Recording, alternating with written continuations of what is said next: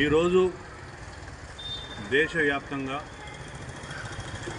అన్ని ఎన్నికలను దృష్టిలో పెట్టుకొని రాజకీయాల లబ్ధి కోసం ప్రజల దృష్టి మళ్లించడం కోసం కేవలం మైనార్టీలను తిట్టడమే లక్ష్యంగా ఈరోజు పనిచేస్తున్నారు. అస్సాం ఒక ముఖ్యమంత్రి ఉండి ఇష్టం వచ్చినట్టు వాళ్ళకు ఓటుకు వచ్చినట్టు మాట్లాడటం, ముస్లింలకు వేధించడమే నా లక్ష్యం అని చెప్పటం, ఆ స్థాయిలో ఉండి ఇట్లా మాట్లాడటం అనేది సరైనది కాదు.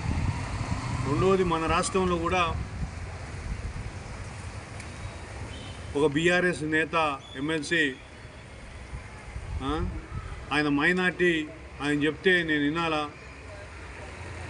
అని తురుకోడు గిడుకోడు అని చెప్పి మాట్లాడటం, కేవలం ఇదంతా కూడా రెచ్చగొట్టి రాజకీయ లబ్ధి కోసమే ఇదంతా చేస్తున్నారు.